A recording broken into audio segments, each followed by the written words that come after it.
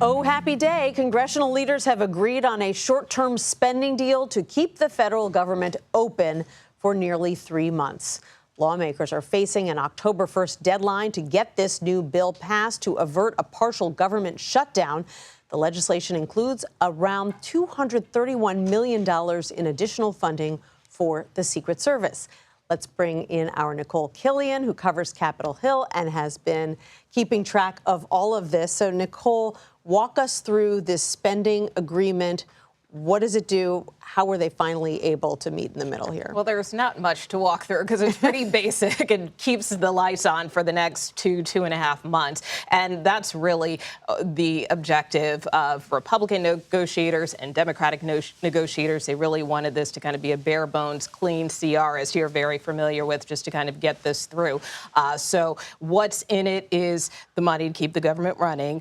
What's also in it, as you mentioned, is this $231 million for Secret Service. And this will go primarily to the more immediate needs of the agency with respect to campaign purposes. There are also some conditions tied to it to making sure that the Secret Service complies with congressional oversight in the wake of those assassination attempts against the former president. What's not in this package, there's not the SAVE Act, which was part of that 6-month continuing resolution that Speaker Johnson initially put before the House last week. That was a measure that would require citizenship, proof of citizenship in order to register for federal elections. So that's out, as well as some disaster aid, which is something that the administration and Democrats were pushing for. And that was really the key to getting Democratic buy-in, right? Was getting rid of the SAVE Act and reducing it from 6 months to 3 months. Why is that? Explain why Democrats were so keen on having this be a 3-month government spending bill. Well, part of it was, in terms of that SAVE Act, a lot of Democrats, both in the House and Senate, saw that as a poison pill. I mean, for the most part, you don't necessarily need to show proof of citizenship to vote, right? I mean, American citizens typically vote.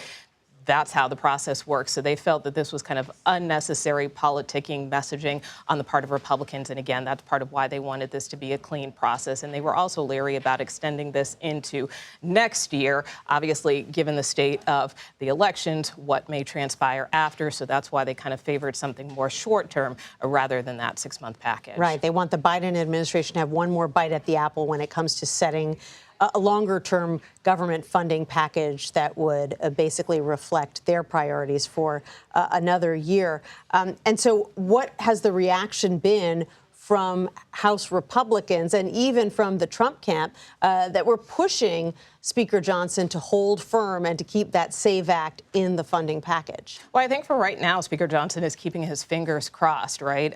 You know, he made clear a short time ago to reporters that that's really what he intends to do over these next couple of days to try to build support for this package. Take a listen.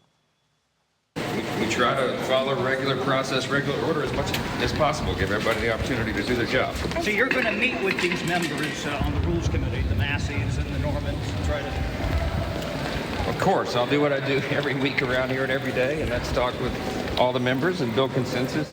So step one in terms of building that consensus starts with the Rules Committee, which is meeting today to make sure there aren't a lot of defections, because the Rules Committee, as you know, can very well kill this package out of the gate. And so the Speaker doesn't want that to happen. So that is why he is talking to some members on that committee. But at the end of the day, this is going to require bipartisan support. And that's yet another reason why Democrats were on board with this.